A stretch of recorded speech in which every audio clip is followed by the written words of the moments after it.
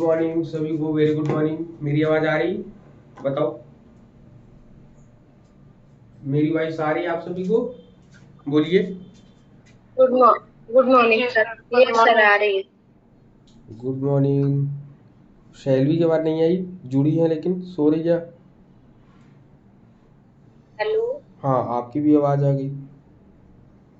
Hello हाँ sir, good morning. Good morning. चलिए, तो सब लोग बड़े अच्छी तरीके से जान गए होंगे। सबसे पहले ई शिक्षा संवाद यूट्यूब चैनल और जूम क्लासेस में आपका स्वागत है, जिसमें हम लोग लाइव लाइव होकर डिस्कशन करते हैं। फिर इसके बाद आपका रिकॉर्डेड वीडियो जाता है, जिसमें यूट्यूब में और लोग भी उसको देखते हैं। ठीक है, जिसमें हम लोग कौन सा सब्जेक्ट लेकर चल रहे हैं? सब्जेक्ट हम लोग का एजुकेशन है। इसमें जो है पूरे के पूरे सिलेबस को हम लोग डिस्कस करते हैं, जो कि हम लोग का मेन एम होता है, टारगेट होता है एनटीए यूजीसी नेट का।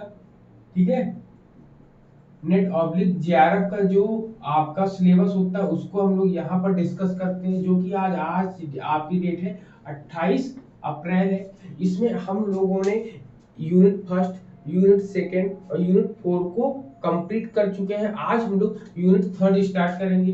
कौन सा स्टार्ट करेंगे? Unit third. यूनिट थर्ड जो होता है, इसको इसका नाम क्या? सबसे पहले इसके नाम, वैसे तो ये है एजुकेशनल साइकोलॉजी, लेकिन इसके जो नाम है, नाम में थोड़ा सा परिवर्तन है। इन्होंने दिया learner and learning process.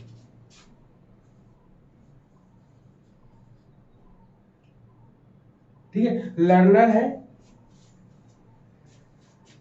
Learner and learning process, learning process. ठीक, ये नाम है इसका। ठीक है, सबसे पहले इस नाम से ही हम लोग इसके बारे में डिस्कशन करना शुरू करेंगे कि इसमें क्या क्या चीजें दी गई हैं, किस किन चीजों के बारे में ये बताने का प्रयास हम लोगों को कर रहा है। ठीक है,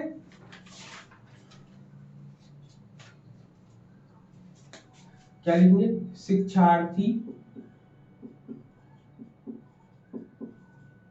तथा अधिगम प्रक्रिया, अधिगम प्रक्रिया। ठीक है, ये चीजें रहेंगी आपकी यहाँ पर। तो इन अब सबसे पहले इस लेसन के नाम को ही हम लोग डिस्कस करेंगे। तो इस लेसन के नाम को डिस्कस करने से ही हम लोग को और चीजें भी क्लियर होंगी यहाँ पर फटाफट। ठीक है, चलिए सबसे पहले हम लोग डिस्कस जो करेंगे, इसमें इनके नाम की करेंगे हम। ठीक, तो इसमें अगर हम लोग देखते हैं कि साइकोलॉजी, इसको अगर देखा जाए तो इसको हम कह सकते हैं एजुकेशन साइकोलॉजी, एजुकेशनल साइकोलॉजी। ये एजुकेशनल एजुकेशनल साइकोलॉजी होगी। ठीक, एजुकेशनल साइकोलॉजी होगी। लेकिन एजुकेशनल साइकोलॉजी से पहले हम लोगों को साइकोलॉजी के बारे में जान लेना बहुत ही आवश्यक है आपका।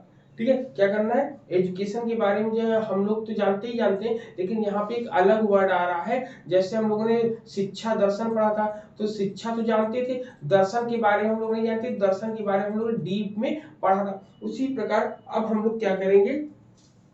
सबसे पहले एजुकेशनल साइकोलॉजी है, तो सबसे पहले साइकोलॉजी के बारे में हम लोग जानेंगे। क्या करेंगे? साइकोलॉजी के रूप में एक जानेंगे। तो सबसे पहले साइकोलॉजी यहाँ लिखे, साइकोलॉजी। ठीक, ये साइकोलॉजी है, जिसको हम लोग बोलते हैं मनोविज्ञान। क्या बोलते हैं? मनोविज्ञान। ठीक है, मनोविज्ञान की बात हम करेंगे। तो मनोविज्ञान को जो हम देखेंगे, मनोविज्ञान की अगर हम बात करेंगे, इसका शाब्दिक अर्थ निकालेंगे, तो शाब्दिक अर्थ से पहले हम देखेंगे प्रारंभ में ये क्या था, इसकी कंडीशंस बनाएंगे कि स्टार्टिंग में क्या था।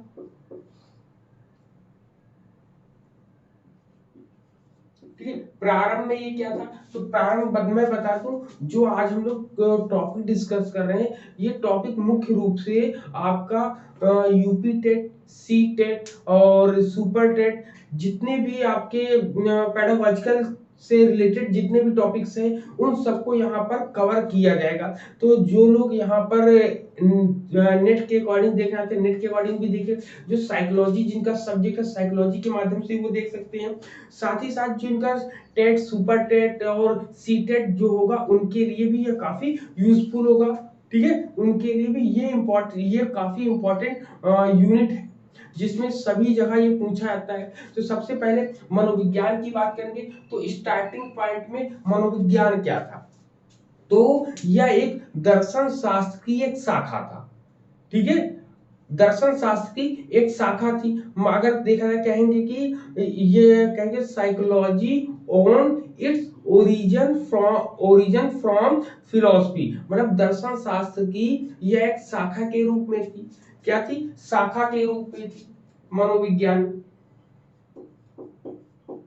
ठीक है, मनोविज्ञान जो है एक दर्शन शास्त्र की, ये दर्शन शास्त्र की शाखा थी। ठीक, दर्शन शास्त्र की एक शाखा थी, फिलोसफी की एक शाखा थी। इसकी अब इसमें बात आती है, जब इन्होंने दर्शन शास्त्र की एक शाखा थी तो इसका नाम तब तक मनोविज्ञान नहीं था, लेकिन दर्शन शास्त्र में ही इसको मनोविज्ञान का नाम किसने दिया? दर्शन शास्त्र की एक शाखा के नाम में था मनोविज्ञान। शब्द का प्रयोग अगर हम कहेंगे तो सबसे पहले किसने किया होगा, बताओ, किसी को पता है?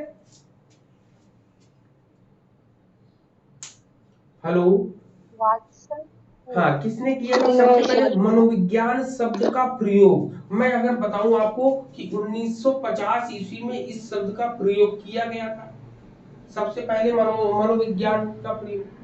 ठीक है, वैसे मनोविज्ञान की एक, अगर हम संज्ञा देखें, डायरेक्ट हम पूछे कि मनोविज्ञान शब्द का प्रयोग सबसे पहले किसने किया था, सर हम छोड़ दिए, बस माइंड में ये रखना है कि मनोविज्ञान जो शब्द का प्रयोग किया गया है वह जो है रूडोल्फ ने किया था। किसने किया था? रूडोल्फ ने किया था। आपका लिख लीजिएगा, रूडोल्फ ने किया था। ठीक, रूडोल्फ महोदय थे, उन्होंने ही मनोविज्ञान शब्द को सबसे पहले प्रयोग किया था। ठीक है, स्क्रीन चली आ रही है स्क्रीन? ठीक है, तो यहाँ पर नहीं सर आ रही। हाँ ठीक, तो सबसे पहला पॉइंट हम लोग को ये क्लियर हुआ कि मनोविज्ञान प्रारंभ में दर्शन शास्त्र की एक शाखा के रूप में था। इसको दर्शन शास्त्र की जब ये एक शाखा थी तो इसको मनोविज्ञान शब्द का उपाधि या मनोविज्ञान शब्द का प्रयोग सबसे पहले किसने किया? तो मनोविज्ञान शब्द का प्रयोग सबसे पहले किसने किया? आपके रूडोल्फ ने किया। ठीक है, मनोविज्ञान शब्द का प्रयोग, शब्द का प्रयोग, ठीक है, प्रयोग किसने किया? तो ये रूडोल्फ ने किया था। यहाँ पर तो इतने पॉइंट्स क्लियर हुए। अब बात आती है कि इसकी, जब इसका नाम लिया गया तो इसके डिवाइडेशन भी किया गया कि साइकोलॉजी के क्या अर्थ होते हैं। ठीक है, मनोविज्ञान के कहते हैं कि मनोविज्ञान किन किन टर्मों से बना है। कहता है कि the term psychology is a combination of two Greek word. क्या है? लैटिन भाषा, लैटिन भाषा ग्रीक वर्ड के दो शब्दों से बना है। ठीक है, किसके? ग्रीक वर्ड के दो शब्दों से बना है। ठीक है, ग्रीक वर्ड के दो शब्द कौन कौन से? साइके और लोगस था। ठीक है, कौन कौन सा था? दो वर्ड कौन से? साइके और लोगस था। ठीक है, साइके एंड लोगस। ठीक, साइके और लोगस का क्या मतलब है अब यहाँ पर? ठीक है, लोगस है। अब साइके मीन्स क्या होता है और लोगस मीन्स क्या होता है, इसको जान लेंगे। साइके मीन्स क्या होगा आपको बताओ? साइके मीन्स क्या होता है? आत्मा। साइके मीन्स क्या होता है? आत्मा होता है। और लोगस मीन्स क्या होता है आपका? विज्ञान या अध्ययन। अध्ययन भी बोलते हैं इसी को, विज्ञान भी बोलते हैं। ठीक, ये दो वर्ड्स बोलते हैं। तो मनोविज्ञान का शाब्दिक अर्थ देखें तो ग्रीक वर्ड में ये साइके और लोगस हो, साइके और लोगस से मिलकर बना है, जिसमें आत्मा का, अब इसमें अगर दोनों वर्डों को मिलाएंगे, आत्मा का अध्ययन कहेंगे या आत्मा का विज्ञान कहेंगे। क्या कहेंगे? आत्मा का अध्ययन कहेंगे या आत्मा का विज्ञान कहेंगे। तो ये कब थी, जब इसकी बात शुरुआत में करी गई थी। लेकिन अब यहाँ पर ये आपका इतनी चीजें, लेकिन यहीं पर आपकी इसकी कंडीशंस बदलती जाती है। कैसे बदलती है जरा देख लो उसको। इसको यहाँ पर जब हम देखेंगे तो यहाँ पर इनके क्या होंगे, अब मनोविज्ञान की प्रारंभिक परिभाषाएं शुरू होंगी। यहाँ पर क्या होगी, मनोविज्ञान की प्रारंभिक भाषाएं या परिभाषाएं शुरू होंगी मनोविज्ञान की। तो सबसे पहले मनोविज्ञान की परिभाषा किसने दी होगी, अगर ये दर्शन शास्त्र से संबंधित है तो दर्शन शास्त्र में सबसे पहले कौन आता है बताओ जरा। दर्शन शास्त्र की अगर हम बात करेंगे तो पाश्चात्य दर्शन में सबसे पहले कौन आता है, जिन्होंने कहा था आत्मा का विज्ञान। आत्मा का विज्ञान ये किसने कहा है सबसे पहले पॉइंट में बताओ। ये आत्मा के विज्ञान, इसको जो है मनोविज्ञान को आत्मा का विज्ञान कहा गया है। तो इसको मानने वाले कौन कौन से थे, समर्थक कौन थे इनके बताओ, किसी को पता है, एग्जाम में आ जाता है। आत्मा का विज्ञान, मनोविज्ञान को आत्मा का विज्ञान किसने माना, क्या नाम है, कपिल जी ने कहा था ना, कपिल मुनि। नहीं, ये है प्लेटो, ठीक है, अरस्तु, प्लेटो, अरस्तु और डेकार्टे। ये तो पाश्चात्य का है। हाँ, डेकार्टे, ठीक है। तो यहाँ पर पाश्चात्य वालों से ही हम लोग साइकोलॉजी के बारे में जानेंगे, क्योंकि भारतीय दर्शन में साइकोलॉजी की बात बहुत कम करी गई है, ठीक है, करी गई है। जिसमें सबसे पहला हम व्यक्तित्व परीक्षण अगर हम देखते हैं तो बौद्ध दर्शन में हमको मिलता है वहां पर, तो वो बात एक अलग है। लेकिन यहाँ पर आत्मा का विज्ञान जो कहा गया है वो जो है प्लेटो, अरस्तु और डेकार्टे ने इसको माना है, ठीक है। लेकिन अब जब यहाँ पर इतनी बात हुई तो इनसे कहा गई भाई चलो आत्मा की व्याख्या करो, तो ये आत्मा की सही रूप से व्याख्या नहीं कर सके। तो कुछ समय तक चला, कुछ समय तक चलने के बाद ये समाप्त हो गया। तो ये कब तक था, ये 4वीं शताब्दी तक था, 4th सेंचुरी, 4वीं शताब्दी तक था, ठीक, 4वीं शताब्दी तक था। लेकिन फिर जब इसकी डेफिनेशन नहीं दे पाए तो कुछ लोग कहेंगे चलो आपने इनकी डेफिनेशन नहीं दी, तो 17वीं शताब्दी आती है, 17वीं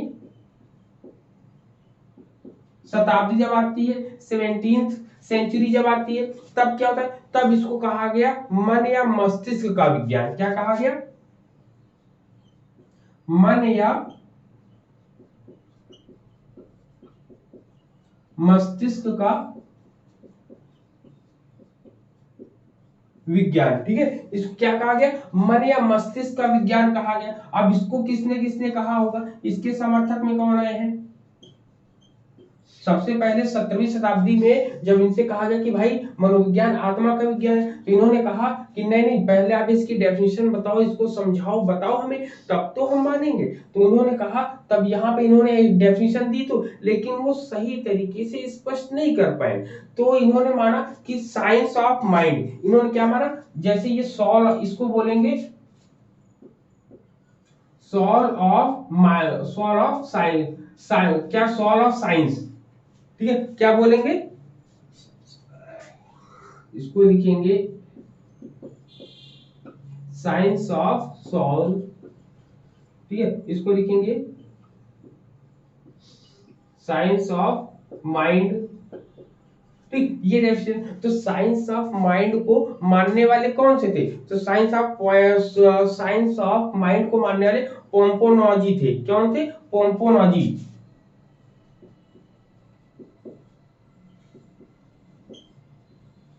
ठीक, पोम्पोनॉजी ने ही सबसे पहले इसको माना। इन्होंने क्या कहा, इन्होंने भी जो है हमेशा इन्होंने कहा कि मन जो होता है या मस्तिष्क जो होता है, ये एक तरीके से क्या है, मन मस्तिष्क का विज्ञान है, जिसमें हम लोग मन की या मस्तिष्क की पूरी संरचनाओं की, उसके बारे में कौन क्या करता है, क्या नहीं करता है, किस तरीके से बिहेव करता है, उन सब के बारे में किसने बनाया था, पोम्पोनॉजी ने। तो मन या मस्तिष्क, साइंस ऑफ माइंड की डेफिनेशन किसने दी थी, तो पोम्पोनॉजी ने दी थी। ठीक है, लेकिन इनसे भी काफी समय तक इनकी बातें चली तो, लेकिन इनसे भी जब पूछा गया कि और ज्यादा बताओ आप इसके बारे में, तो ये इसके बारे में ज्यादा कुछ नहीं बता पाते हैं। फिर इसके बाद आती है 19वीं शताब्दी। तीसरे पॉइंट में 19वीं सेंचुरी आती है, 19वीं शताब्दी आती है। ठीक, 19वीं शताब्दी जब आती है तो 19वीं शताब्दी में क्या होता है, इसको क्या कहा गया होगा, तो आप बताओ। 19वीं शताब्दी में इसको चेतना का विज्ञान कहा गया। किसका विज्ञान कहा गया? चेतना का विज्ञान। चेतना का विज्ञान। अब चेतना का विज्ञान इसको कहा गया, मतलब कॉन्सियसनेस के बारे में बात करिए ना, इसको बोलेंगे साइंस ऑफ कॉन्सियसनेस।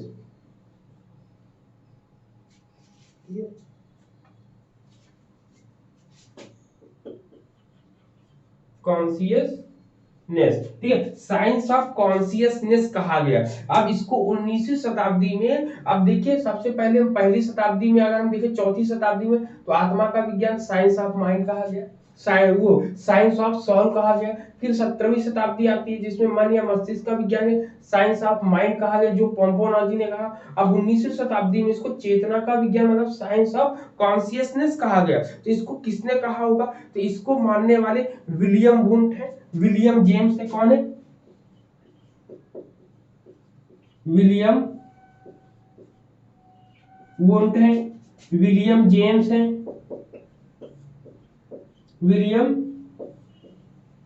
जेम्स है, ठीक है, विलियम वुंट है, विलियम जेम्स है, और वाइस है, और जेम्स सेली है। ये एक और नाम आता है वाइस और जेम्स सेली। जेम्स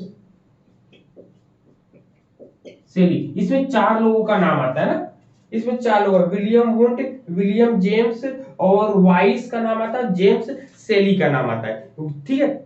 इन चारों का नाम इसमें आता है 19वीं शताब्दी में। क्लियर है ये पॉइंट? बताओ।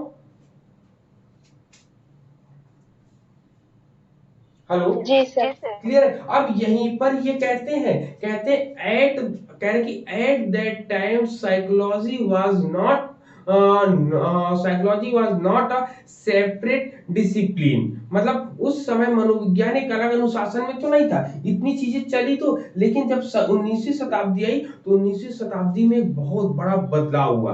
कहते हैं कि it got scientific status, it got scientific status in the year 1879 when William Wundt established the first psychological laboratory at Leipzig in Germany। कहने का मतलब 18 से, अब यहीं पे याद रखिए, विलियम वुंट ने काम किया। क्या किया था? विलियम वुंट ने मनोविज्ञान की एक प्रयोगशाला का निर्माण किया। क्या किया? मनोवैज्ञानिक प्रयोगशाला, मनोविज्ञान प्रयोगशाला को बनाया। ठीक, सबसे पहली पूरे विश्व की सबसे पहली मनोविज्ञान प्रयोगशाला जो बनी थी वो आपकी 1879 में बनी थी। आप लोगों ने अगर पीजीटी वाली जो क्लासेस चल रही हैं, जो वीडियोस चल रहे हैं, जो सीरीज चल रही है, अगर आपने उसमें देखा होगा तो उसमें शेल्वी ने बताया है कि विलियम वुंट ने 1879 में जर्मनी के लिप्जिग विश्वविद्यालय में विश्व की पहली मनोविज्ञान प्रयोगशाला का निर्माण किया था। ठीक है, 1879 में कहां पर किया था? जर्मनी के लिप्जिग, ठीक, लिप्जिग विश्वविद्यालय में,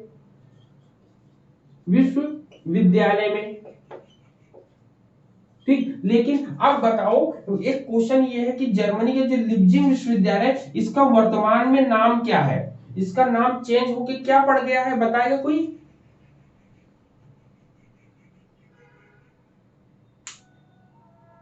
पता है किसी को? बताओ। हेलो, नो सर, नहीं मालूम। नहीं पता तो लिख लो इसको बोलते हैं कार्ल मार्क्स विश्वविद्यालय। क्या बोलते हैं? कार्ल मार्क्स विश्वविद्यालय। वर्तमान नाम क्या है इसका? वर्तमान नाम है कार्ल मार्क्स विश्वविद्यालय।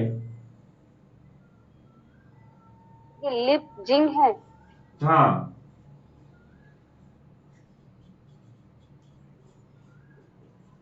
कार्ल मार्क्स विश्वविद्यालय नाम है इसका, वर्तमान में इसका नाम कार्ल मार्क्स विश्वविद्यालय है। क्लियर है? तो ये पॉइंट यहां पर हम लोगों को मिले 19वीं शताब्दी में। ठीक है, यहां पर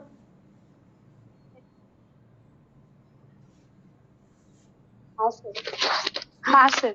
अब यहाँ पर जब इतनी कहानी बन गई, लेकिन अभी तक तो हम लोग 19वीं शताब्दी में चल रहे थे। अब आएंगे 20वीं शताब्दी में, क्योंकि 20वीं शताब्दी में जो बात कही गई उसी को आज हम लोग पढ़ते हैं, उसी को आज हम लोग मानते हैं, उसी को आज हम लोग जानते भी है।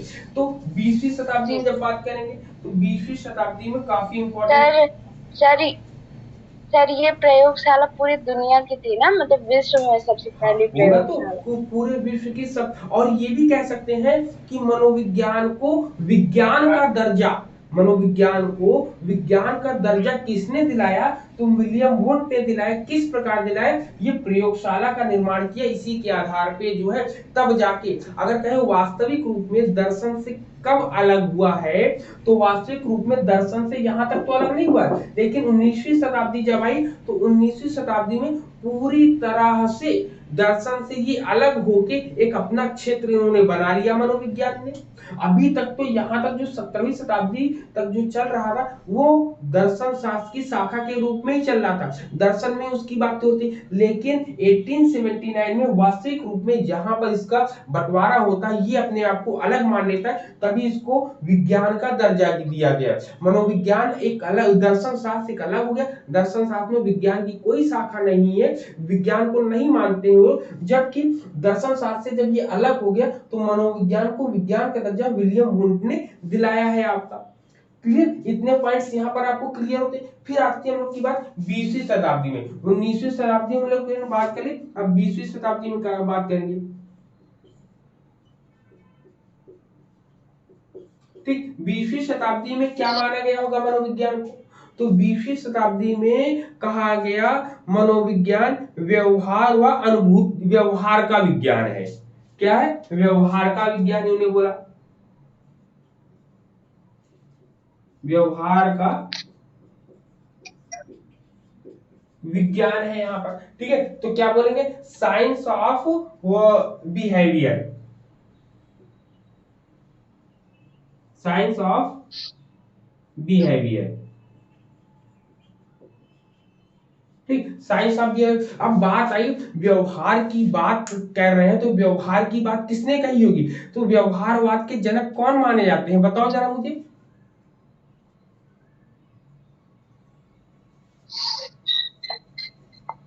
बताओ, किसी को पता है व्यवहारवाद के जनक कौन है यहाँ पर? स्निग्धा, सेल्वी, चार्ल्स पियर। वाह भाई वाह, वाह वाह। और बताओ, स्निग्धा बताइए, सविता बताइए, नेहा। सर तो गलत बता चुके। हाँ, और लोग नहीं बताओ। आ रही है, नहीं पढ़ा है? जेबी वाटसन का नाम नहीं पढ़ा है? रैबिट पर एक अपना प्रयोग करता है, चूहे खरगोश पर। तो बोली थी सर, मैं व्यवहारवाद, शुरुआत में वाटसन बोली थी। आपने कुछ नाम और बोला था। बोले थे लेकिन सर जॉन बी वाटसन। हाँ, जेबी वाटसन, लेकिन आप वाटसन। हाँ। तो यहाँ व्यवहारवाद के जनक जो होते हैं, तो मनोविज्ञान को व्यवहार का विज्ञान वाटसन ने कहा है। ठीक है, वाटसन ने कहा है। समर्थक में आ जाएंगे, क्या बोले? ये समर्थक में आ जाएंगे सर, जैसे हम लोग सबका अभी तक समर्थक लिखते आ रहे थे। तो वाटसन में जाएंगे, और समर्थक की बात करेंगे तो समर्थक में आपके वुडवर्थ आ जाएंगे, स्किनर आ जाएंगे, पावलोव आ जाएंगे, थॉर्नडाइक आ जाएंगे। ठीक है, ये है। लेकिन यहाँ पर एक शब्द मिलता है, चेतना। ठीक है, चेतना शब्द, चेतना को एक बुरा शब्द बताया है, ये लाइन भी लिख लेना कि चेतना, क्योंकि हमने भी अपनी नोटबुक में इसको लिख रखा है कि चेतना को एक जो है बुरा वर्ड बताया किसने? मैकडूगल का नाम सुना है? मैकडूगल का, जिस क्षेत्र को एक बुरा मैकडूगल का नाम सुना है? मैकडूगल कौन है बताओ? नहीं पता मैकडूगल का सर, नाम सुना लेकिन है? सुने हैं। No sir. क्या बात है। मैकडूगल की एक किताब है आउटलाइन ऑफ साइकोलॉजी। क्या है? Outline of psychology. इनकी किताब का नाम है, सर मैकडूगल है। हाँ, आउटलाइन ऑफ, जिसमें संवेग के कितने 14 बताए हैं ना, संवेग के, संवेग की 14 चीजें बताई ना, उसमें मैकडूगल ने क्या कहा है कि चेतना को एक बुरा, क्या बताया, बुरा शब्द बताया है। आउटलाइन ऑफ, इनकी किताब का नाम है आउटलाइन ऑफ साइकोलॉजी। ठीक है, आउटलाइन ऑफ साइकोलॉजी इनकी किताब का नाम है। उन्होंने कहा कि चेतना एक बुरा शब्द है। ठीक है, यहां पर ये चीजें हैं आपकी कि चेतना के एक बुरा शब्द इन्होंने बता रखा है। क्लियर है इतना? बताओ सबको। Sir means the negative term. हाँ हाँ,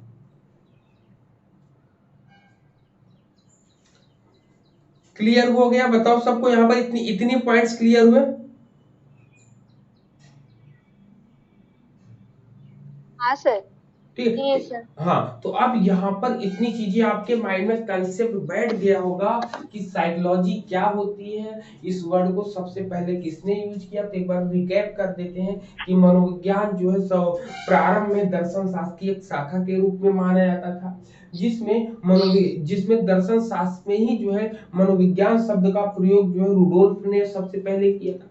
फिर मनोविज्ञान शब्द की उत्पत्ति हम देखते हैं, तो मनोविज्ञान शब्द ग्रीक के दो वर्डों से मिलकर बना है। साइकी और लोगस होता है, साइकी मीन्स होता है आत्मा, लोगस मीन्स होता है अध्ययन या विज्ञान। इसमें कहा, जब इसको मिलाते हैं, मिलाने के बाद कहते हैं यह मनोविज्ञान जो है आत्मा का अध्ययन इसको कह सकते हैं, या आत्मा का विज्ञान कहते हैं। तो पहली बार परिभाषा जो आत्मा का विज्ञान जो कहा गया, साइंस ऑफ सॉल बोला गया, वो किसने बोला? प्लेटो, अरस्तु और डेकार्टे इसमें आते हैं। फिर इसके बाद काफी समय तक चला, फिर इसका डेफिनेशन इसकी सही तरीके से व्याख्या नहीं कर पाए, तो 17वीं शताब्दी में इसको मन या मस्तिष्क का विज्ञान कहा गया, मतलब साइंस ऑफ माइंड बोला गया। साइंस ऑफ माइंड किसने बोला? पोम्पोनॉजी ने। मन हमारा हमेशा पंप करता रहता है, भाग उछलता रहता है, तो मन हमेशा जब पंप करेगा तो पोम्पोनॉजी नाम हम लोग को याद रहेगा। फिर चेतना का, फिर इन्होंने कहा कि मनोविज्ञान चेतना का विज्ञान है, कि साइंस ऑफ कॉन्शियसनेस। तो साइंस ऑफ कॉन्शियसनेस की विलियम वुंट ने बात करी है, विलियम जेम्स ने बात करी है, और वाइस और जेम्स सेली ने। ये 4 लोगों के नाम हम लोगों को याद आते हैं ना, कि इतने हो गए। फिर इसके बाद जब 20वीं शताब्दी आती है, तो 20वीं शताब्दी में वास्तविक रूप में ये निकल कर आता है कि मनोविज्ञान कहा जाए सही सच्चे शब्दों में, तो ये मनोविज्ञान व्यवहार का विज्ञान है। अब इसकी बात सबसे पहले वाटसन ने करी। वाटसन के साथ जो व्यवहारवादी और थे, स्किनर, थॉर्नडाइक, मैकडूगल, इन सब का नाम भी इसमें हम लोगों को पढ़ने को मिलता है। ठीक, तो यहाँ पर इतनी बातें तो हम लोग को समझ में आ गई। बताओ सबको इतनी बातें समझ में आ गई? जी सर। हाँ सर। ठीक जी ठीक सर। ठीक। जब इतनी बातें समझ में, इसको साफ करें, स्क्रीनशॉट ले लें, तो इसको साफ करें, फिर आगे बढ़े।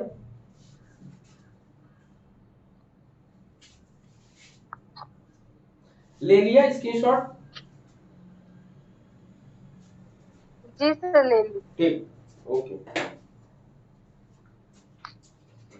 अब हम आगे बात करेंगे इससे रिलेटेड। अब मनोविज्ञान की तो बात कर ली, अब बात करेंगे शिक्षा मनोविज्ञान की।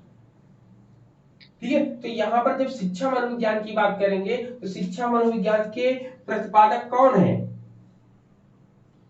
सर साइकोलॉजी को मतलब परिभाषित किया जाए तो उसे कैसे करेंगे कि साइकोलॉजी क्या है? साइकोलॉजी वो मतलब वर्तमान समय परिभाषा। में व्यवहार का विज्ञान है। मनोविज्ञान एक सर व्यवहार क्या? का विज्ञान है, जिसके अंतर्गत हम किसी भी व्यक्ति के सर व्यवहार के रुक जाइए बारे में जानने का प्रयास करते सर। हैं। सर नोट कर लें। हाँ,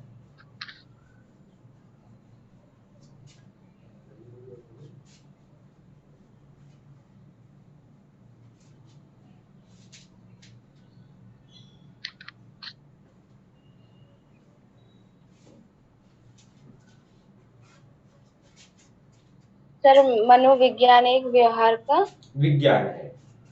ठीक है, लेकिन यहाँ पर शिक्षा के क्षेत्र में जब देखते हैं तो शिक्षा के क्षेत्र में सबसे पहले बात किसने करते हैं? एजुकेशनल साइकोलॉजी के प्रतिपादक कौन है?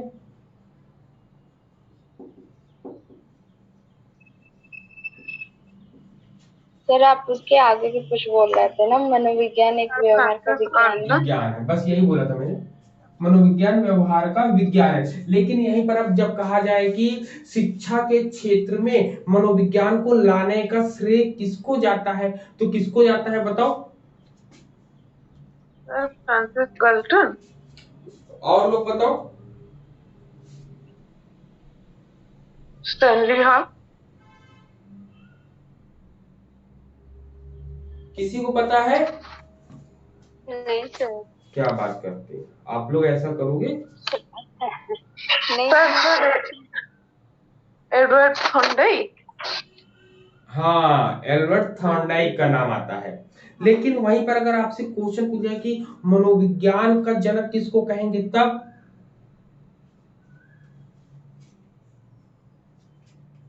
दो क्वेश्चन आ गए ना, एक आया एजुकेशनल साइकोलॉजी के बारे में जानेंगे, दूसरा कह रहा साइकोलॉजी के जनक कौन है। सर आपने पहले जो सारे के सारे बताए वो सब साइकोलॉजी के बारे में, नहीं अभी जो डिस्कशन करेंगे वो एजुकेशनल साइकोलॉजी के बारे में। हाँ, अभी डिस्कस करेंगे। चलो शैलवी बताओ कि मनोविज्ञान के जनक कौन है? शैलवी, मेरी आवाज आ रही?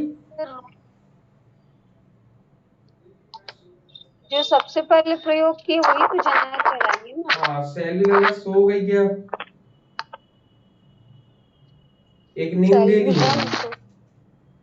है ना? नेहा आप बताओ, आप थोड़ा सा माइंड को रिकैप करो। पिछली अभी हमने 19वीं शताब्दी में हम लोगों ने जब बात करी थी की किसने 19वीं शताब्दी में हाँ, इसको क्या कहा गया है? साइंस ऑफ कॉन्शियसनेस कहा गया था। वहीं पे विलियम वुंट का नाम जब आता है तो विलियम वुंट ने क्या किया था? इसको जो है दर्शन शास्त्र से अलग किया। भाई जो अलग करेगा उसी का तो नाम आएगा। तो आधुनिक रूप में विलियम वुंट को मनोविज्ञान का जनक मानते। लेकिन वहीं पे शैक्षिक रूप में अगर देखा जाए कि शिक्षा के क्षेत्र में लाने का किसका श्रेय आता है, तो थॉर्नडाइक को जाता है। ठीक, थॉर्नडाइक को जाता है। ठीक, थॉर्नडाइक को जाता है। यहाँ पर क्लियर है ये पॉइंट? बताओ, क्लियर है आपको? हेलो सर मतलब मनोविज्ञान का विलियम वुंट रहेंगे और शैक्षिक मनोविज्ञान के थॉर्नडाइक। हाँ, थॉर्नडाइक रहेंगे। क्लियर है इतना? जी सर।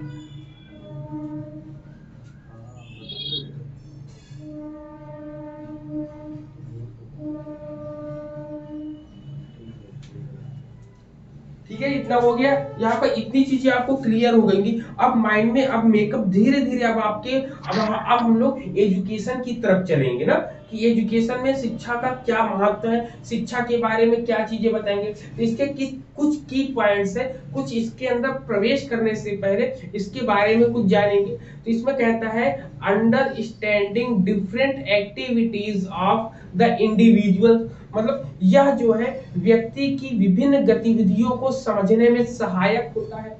ठीक है, क्या कह रहा? Understanding different activities of the individual, मतलब व्यक्तिगत विभिन्नताओं के बारे में समझने में सहायता मिलती है। दूसरा कह रहा है कि यहाँ पर knowing the cause of the particular activity, यह जो है विशेष गतिविधियों पर ध्यान देने पर हम लोग को बताता है। एजुकेशनल साइकोलॉजी हर टीचर को क्यों पढ़ना चाहिए, यहाँ पर कुछ की पॉइंट्स बता रहे हैं। फिर कहते हैं इसमें पॉजिटिव और निगेटिव क्वालिटीज होती हैं, व्यक्तिगत रूप से उसको जानने में हम लोग को साइकोलॉजी हेल्प करती है। फिर इसमें कहती है understanding intelligence, ability, attitudes, motivation, aptitudes, personality of the person, मतलब किसी भी व्यक्ति के अंदर क्या बुद्धि है, क्षमताएं हैं, उनके क्या दृष्टिकोण है, क्या योग्यताएं हैं, क्या व्यक्तित्व है उनका, इन सब चीजों को समझने में हम लोगों को क्या करती है एजुकेशनल साइकोलॉजी, हेल्प करती है हम लोगों को। करती कि नहीं करती, बताओ सब लोग, इतने पॉइंट्स में क्लियर है? सर हाँ बोलो, क्या बोल रहे जो हैं? पहला, जी सर। हाँ जो पहला पॉइंट बताया आपने, क्या बताया, नोइंग पर्टिकुलर, उसके हाँ पहले अंडर, हाँ कह रहे कि understanding different activities of the individuals बोला मैंने, और सेकेंड पॉइंट में पर्टिकुलर बोला था मैंने कि particular activity, knowing the cause of the particular activities के बारे में हमने बताया था वहां पर। ठीक, जी क्लियर है? बताओ यहां पर,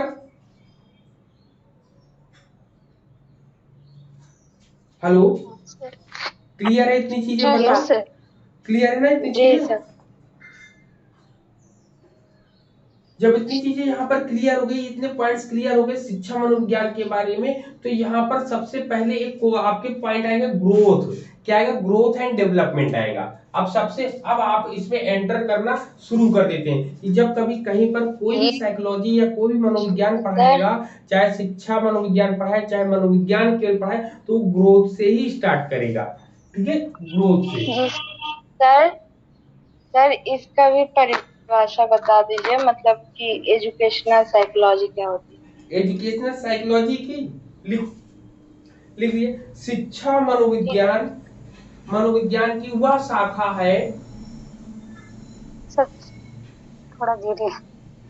जो सीखने और सिखाने, जो सीखने और सिखाने की प्रक्रिया पर, ठीक है, जो सीखने और सिखाने की प्रक्रिया का अध्ययन करती है।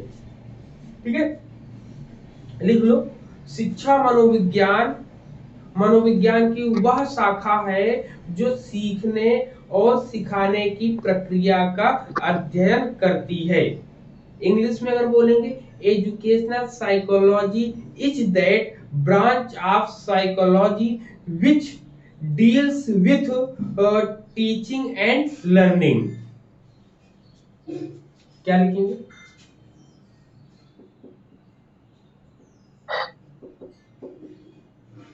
एजुकेशनल साइकोलॉजी, ठीक है, educational psychology is that branch. तो इसका फॉर्मूला क्या होता है? इसका फॉर्मूला तो educational psychology is equal to behavioristic and cognitivism, फिर लिखेंगे educational process, educational process into आपका into content of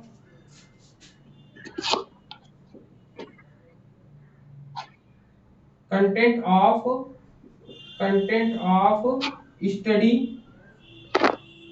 study methods, ये फॉर्मूला बनता है। इसको लिख सकते हैं शिक्षा मनोविज्ञान,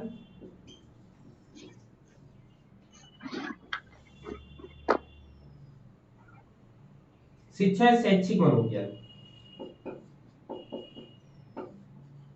शैक्षिक मनोविज्ञान इज इक्वल टू व्यवहारवादी, ठीक है, व्यवहारवादी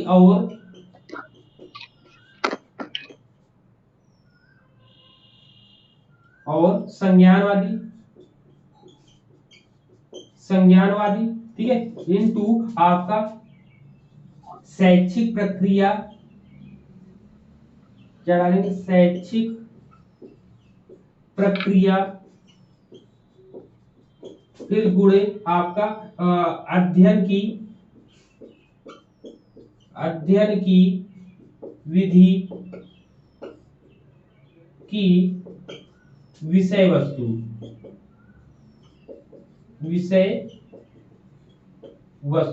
ठीक है, विषय वस्तु, ये चीजें हैं आपकी यहां पर। ठीक है, या अध्ययन विधि की, अध्ययन की नहीं चाहिए, अध्ययन विधि की विषय वस्तु, ये आपका फॉर्मूला है। इस फॉर्मूले से आप किसी को भी समझा सकते हैं, बता सकते हैं। क्लियर है? बताओ सर थोड़ा समझा दीजिए। क्या हो गया? मतलब क्या लिखा थोड़ा समझा दीजिए। एक बिहेवियरिस्ट एंड कॉग्निटिविज्म।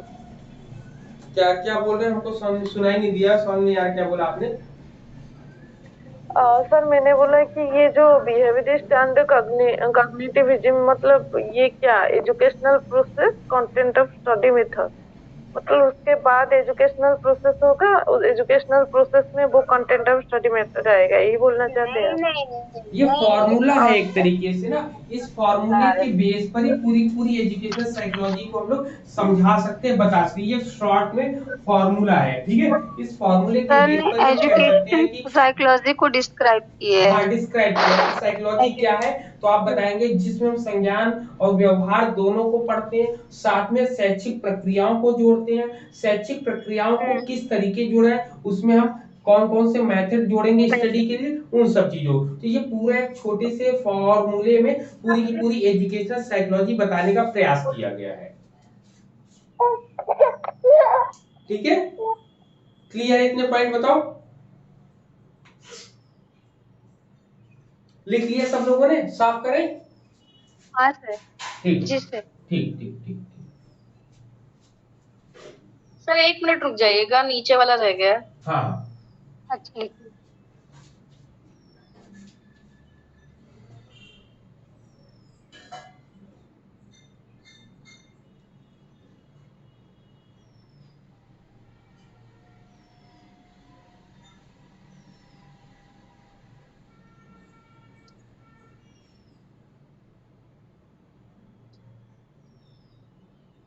हो गया? लिख लिया? करे आगे? लास्ट में क्या लिखा है? अध्ययन की विषय वस्तु। हाँ, अध्ययन अध्ययन विधि की विषय वस्तु। सर अ- इरेज कर दीजिए। हाँ, अध्ययन विधि की विषय वस्तु,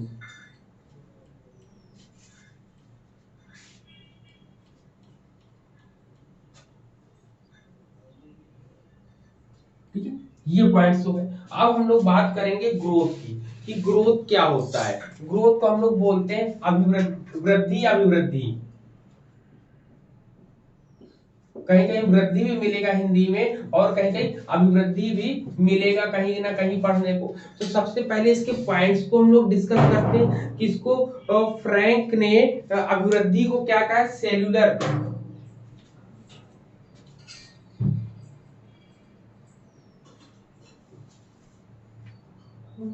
जस्ट सेकंड।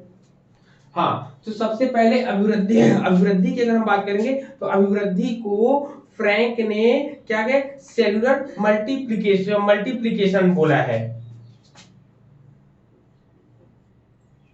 ठीक है। इसको इस पॉइंट पे लिखिए, सेलुलर मल्टीप्लिकेशन,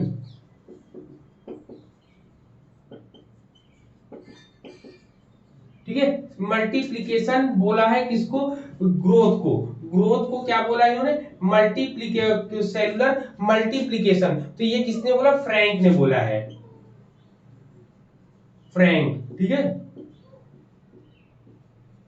फ्रैंक ने बोला है। अब ये सेलुलर अभिवृद्धि को सेलुलर मल्टीप्लिकेशन क्यों बोला है, इसको जानेंगे। इसको बोला है कोशिकी मल्टीप्लिकेशन। का अर्थ क्या होता है?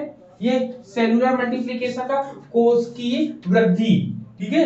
कोशिकीय वृद्धि की बात इन्होंने करी है यहाँ पर। कोशिकीय वृद्धि का मतलब होता है कि जब हम इसको ग्रोथ को लेते हैं तो ग्रोथ में केवल केवल एक चीज होता है। ये कहते हैं कि वृद्धि जो है सामान्य रूप में अगर देखा जाए तो वृद्धि में हम लोग किसी भी बालक की ऊंचाई, लंबाई, चौड़ाई इत्यादि का हम लोग पता करते हैं। तो कुल मिला के शारीरिक आकार के बारे में बताते हैं।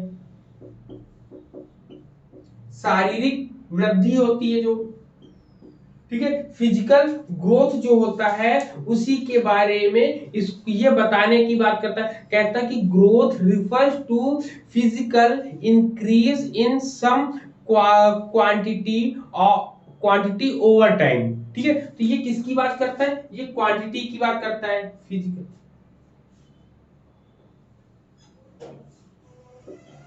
फिजिकल ग्रोथ, ठीक है। फिजिकल की बात करता है, फिर इसमें क्वांटिटी की बात करता है। क्वांटिटी मतलब कि केवल मात्रात्मक रूप में ही इसमें हम लोग देखते हैं, मात्रात्मक रूप में ही किसी भी चीज की बढ़ने की चीजों को हम देखते हैं। तो इसमें क्या क्या चीजें बढ़ेंगी, इसमें लंबाई बढ़ेगी, जिसमें क्या बढ़ेगा आपका हाइट बढ़ेगा, हाइट बढ़ेगा, हाइट के साथ साथ क्या बढ़ेगा, वेट बढ़ेगा आपका, ठीक, वेट बढ़ेगा, वेट के साथ साथ क्या बढ़ेगी, हम लोग की बॉडी प्रॉपर वे में बढ़ती जाएगी, बढ़ती जाएगी, लेकिन एक निश्चित समय तक ही तो बढ़ेगी, देखते नहीं है। अब क्या हम लोगों की उम्र जो हो गई है, क्या हम लोग की लंबाई और बढ़ेगी, क्या लंबाई नहीं बढ़ेगी, कद नहीं बढ़ेगा हम लोग का ना। तो ये सब चीजें हैं। तो ये आपका किस में आता है, ये आपका आता है एक निश्चित समय तक इसकी वृद्धि। अगर कहा जाए कि ग्राफ के थ्रू अगर हमको समझाना हो तो हम कहेंगे ये आपका पूरा का पूरा लाइफ लॉन्ग प्रोसेस है, आपका लाइफ लॉन्ग प्रोसेस, लेकिन वृद्धि या अभिवृद्धि केवल एक निश्चित समय तक चलती है। मतलब कि जन्म से लेकर जो निश्चित समय तक चले वो आपका वृद्धि है या ग्रोथ है। कि इसमें शारीरिक शारीरिक आकार के बारे में ही बात करेगी। जैसे growth of a child means the increase in weight, height and different organs of the child bodies. मतलब कहा जाए कि एक बच्चे की जो वृद्धि का अर्थ अगर हम बताएंगे तो उसके वजन, उसकी ऊंचाई तथा उसके विभिन्न अंगों की जो वृद्धि होगी बच्चे के शरीर की, उसी को यहाँ पर ये बताने का प्रयास करते हैं। आपका क्लियर है ये पॉइंट, बताओ।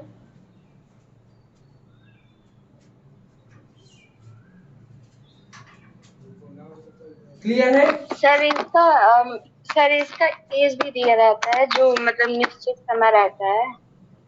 क्या समझे, नहीं समझे, बताइए फिर से। सर जैसे ये एक निश्चित समय तक मतलब रहता है, हाँ, होता है वृद्धि, तो इसका एज भी दिया रहता है एज अगर देखा जाएगा तो क्वांटिटी में। कहते हैं कि 21 साल तक लंबा मतलब जो है लंबाई बढ़ती है, 21 साल के बाद लंबाई नहीं बढ़ती है, कुछ एक्सेप्शनल चीजें हम लोग को मिल जाती हैं, ठीक है ना। सर किशोरावस्था बोल सकते हैं उसको। किशोरावस्था, हाँ किशोरावस्था तक को ही हम लोग देखते हैं, समझते हैं उसके बारे में, जी। ठीक है। तो यहाँ पे फिजिकल चेंजेस जो होंगे, फिजिकल चेंजेस या भौतिक या शारीरिक, ठीक है, ये फिजिकल, ये आपकी जितनी फिजिकल चीजें जितनी भी डेवलप होंगी तो फिजिकल चीजें आपकी किस में आएंगी, ग्रोथ में ही आएगी आपकी, ठीक है, किस में आएगी, ग्रोथ में आएगी आपकी। समझ रहे हैं पूरी बात, आप बताओ। जी सर। यस। ठीक है, अब इसमें और क्या होता है ग्रोथ में। अब आप ग्रोथ की अगर हम बात करें तो ग्रोथ में काफी लिमिटेड चीजें ही आपकी डेवलप होती है। जैसे ग्रोथ में अगर आपसे पूछा जाए कि ग्रोथ में लिमिटेड पीरियड में ही सब चीजें, कोशिका जैसे कोई विकास है, विकास की कंडीशन में जैसे आपको कोशिका है तो सेल्स डिवीजन, जो हमारे कोशिका का विभाजन होता है वो शारीरिक के आकार में ही तो आएगा, शरीर के रूप में ही तो आएगा जो डेवलप होगा। हमारी लंबाई बढ़ती है, हार्मोन्स है, हार्मोन्स हम लोग की, हार्मोन्स की वजह से जो चीजें चलती हैं तो वो सब ग्रोथ के अंतर्गत आएगी आपकी, ठीक है। लेकिन अब वहीं पर हम लोग डेवलपमेंट की बात करें तो डेवलपमेंट क्या होता है, जीवन के जन्म से लेकर मृत्यु तक चलने वाली जो प्रक्रिया होती है उसको डेवलपमेंट बोलते हैं। क्या बोलते हैं, डेवलपमेंट। फिर डेवलपमेंट होता है, तो डेवलपमेंट में जीवन के प्रारंभ से लेकर अंत तक चलने वाली जो प्रक्रिया होती है वही आपकी क्या होती है, आपकी डेवलपमेंट होती है। डेवलपमेंट में हम देखेंगे तो क्या होगा आपका, ठीक है। डेवलपमेंट में अगर हम देखेंगे तो डेवलपमेंट की परिभाषा अगर हम बताएंगे तो इसमें जैसे ये केवल क्वांटिटी बता रहा है तो यहाँ पे क्या होगा, life long process, life long process चलेगा, ठीक है, लाइफ लॉन्ग प्रोसेस चलता है आपका। फिर दूसरा पॉइंट इसमें क्या होगा, इसमें डेवलप, इसमें क्वांटिटी क्वांटिटी दोनों आएगी प्लस क्वालिटी, क्वांटिटी और क्वालिटी, क्वांटिटी और क्वांटिटी दोनों आएगी, ठीक है। क्वालिटी और क्वांटिटी दोनों ही, मतलब परिमाणात्मक और गुणात्मक दोनों होगा, मात्रात्मक और गुणात्मक दोनों रूपों में होगा, मात्रात्मक और गुणात्मक। ठीक, मात्रात्मक और गुणात्मक दोनों रूपों में क्वालिटेटिव होगा, कुल मिला क्वालिटी नहीं, क्वालिटेटिव।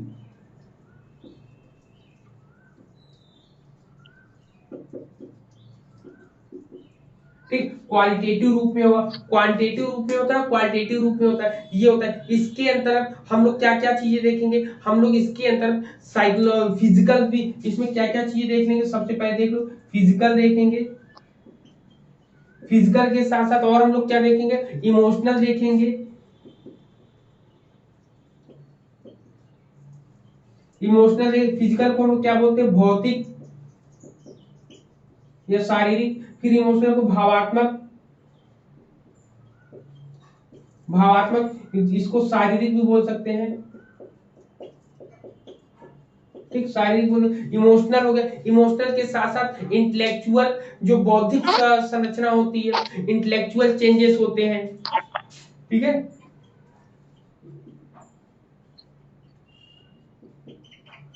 इंटेलेक्चुअल जो बौद्धिक संरचना होती है उसके बारे में हम लोग जानते हैं। तो कुल मिला के होल डेवलपमेंट की अगर हम बात करेंगे, पूरे के पूरे विकास की बात करेंगे, तो पूरा का पूरा डेवलपमेंट आपको इसमें देखने को मिलेगा। इसमें क्वालिटेटिव क्वांटिटेटिव दोनों रूपों में मिलता है। इसमें शारीरिक है, भौतिक है, और आपका संवेगात्मक है, भावात्मक है। जितने प्रकार की चीजें मिलेंगी सब की सब इसके अंतर्गत हम लोग को देखने को मिलता है। हम लोग में इसमें नैतिक विकास भी होता है, सामाजिक विकास भी होता है, चारित्रिक विकास भी होता है। अनेक प्रकार की चीजों को हम लोगों को यहाँ पर देखने को मिलता है यहाँ पर।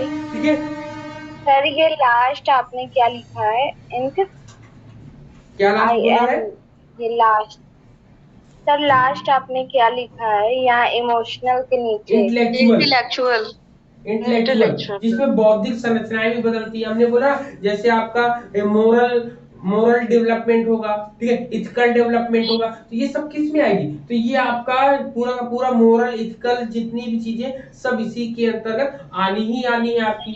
ठीक है, इसी के अंतर्गत आएगा आपका। क्लियर है, बताओ ये पॉइंट, इतनी चीजें क्लियर है सबको।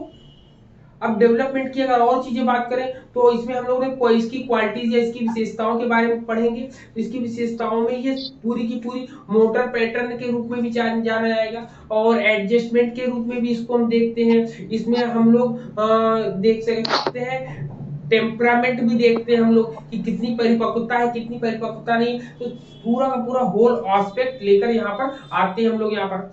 ठीक है, यहाँ पर ये दोनों पॉइंट्स अगर आपको क्लियर हो जाएंगे तो आगे हम लोग चलेंगे इसके जो है प्रिंसिपल डेवलपमेंट। याद रखिएगा, ग्रोथ के कोई भी प्रिंसिपल नहीं है, जबकि डेवलपमेंट के प्रिंसिपल हम लोग पढ़ेंगे। यहाँ पर क्या पढ़ेंगे, डेवलपमेंट के जितने भी प्रिंसिपल है उसको हम लोग यहाँ पर डिस्कस करेंगे। ठीक, तो प्रिंसिपल कितने हैं इनके डेवलपमेंट के, सबसे पहले चलो प्रिंसिपल्स के बारे में जानो। इनके हम लोग जानते हैं इनके प्रिंसिपल्स के बारे में, क्योंकि इनके प्रिंसिपल जो है आपके, चाहे कोई भी एग्जाम दोगे पेडागोजिकल से रिलेटेड, उसमें आपके इसके प्रिंसिपल जरूर पूछे जाते हैं। इसलिए इसके प्रिंसिपल कंटीन्यूअस होता है आपका ना, निरंतर विकास की प्रक्रिया होती है यस सर, जन्म से मृत्यु तक चलते रहती है। हाँ, तो इनके कौन कौन सी होती है, सबसे पहले प्रिंसिपल लिखेंगे,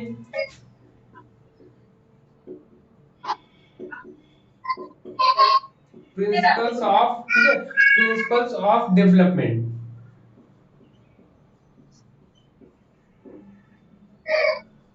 प्रिंसिपल्स ऑफ डेवलपमेंट की बात करेंगे तो इसमें कौन कौन से प्रिंसिपल्स आएंगे। नंबर एक पर कौन सा आएगा, डेवलपमेंट इज कंटिन्यूअस, डेवलपमेंट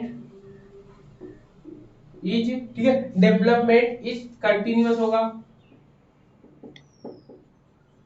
ठीक है, कंटिन्यूअस होगा। फिर इसके क्या होगा कंटिन्यूअस के साथ, इसको हिंदी में क्या बोलते हैं हम लोग, निरंतर विकास। ठीक है, ठीक है, निरंतर विकास की प्रक्रिया है, निरंतर विकास, कंटिन्यूअस प्रोसेस, कंटिन्यूअस प्रोसेस, हाँ प्रोसेस, कंटिन्यूअस प्रोसेस है सर, निरंतर विकास की प्रक्रिया।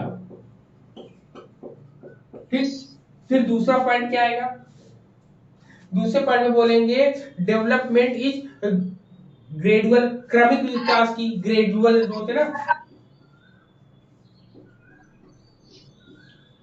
डेवलपमेंट इज ग्रेजुअल प्रोसेस, ठीक है, ग्रेजुअल प्रोसेस की बात करेंगे।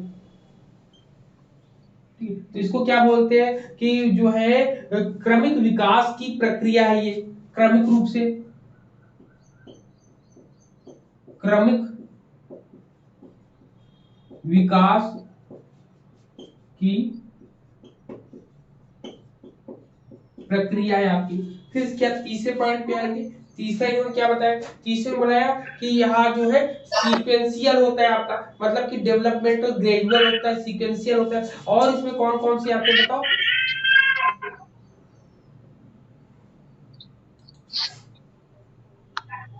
और इसमें सबसे इंपॉर्टेंट जो आते हैं इस ये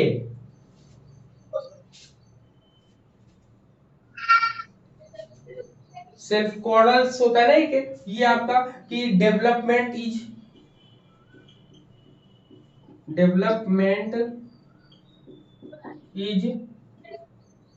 ठीक है, ये बताइएगा क्या लिखा है। सिफेलोफैड, हाँ cephalo, cephalochordal and cephalo chordal, chordal, cephalo chordal, cephalo chordal, ठीक है, सिफेलो हेड टू कॉर्डल टो है एंड मिडिल टू, ठीक, कॉर्डल है, सिफेलो कॉर्डल है आपका, ठीक है, यहाँ पे सिफेलो कॉर्डल ये है आपका। फिर इसके अलावा कौन सा आता है, प्रोक्सीमो क्या थी, प्रोक्सीमोडिस्टल, ठीक है, प्रोक्सीमोडिस्टल एक आपका होता है आपका, इसी में अगर हम देखेंगे चौथे में प्रोक्सीमोडिस्टल, सेफेलोकार्डल एंड प्रोक्सिमोडिस्टल, हाँ प्रोक्सीमोडिस्टल आता है आपका, ठीक है, ये आता है आपका। Yes, फिर sir. और कौन से आते हैं, और भी ऐसे तमाम आते हैं, तो हम लोग वन बाय वन इसको डिस्कस करते रहेंगे ना। तो चलो वन बाय वन हम लोग जब डिस्कस करेंगे तब हम लोग को ज्यादा आएगा। एग्जाम में जो आता है ये आपका एग्जाम में आता है, एक ये सबसे ज्यादा पूछा जाता है, ये पूछा जाता है, और भी बताएंगे। तो वन बाय वन लिखते हुए चलेंगे और उसको डिस्कस भी करते हुए चलेंगे, ऐसे नाम बताने से ठीक नहीं होगा ना। ठीक है, चलो सबसे पहले हम लोग किस पर, इसके जो आपने बोला स्केलोफोर्डिकल, उस पे हम लोग बात करेंगे।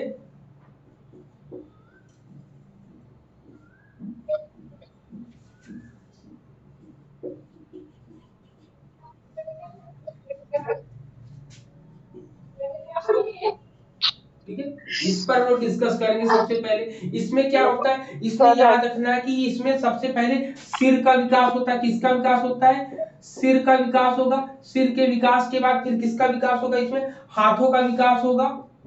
हाथों के विकास के होने के बाद फिर इसका क्या होगा, आपका पैर का विकास होगा।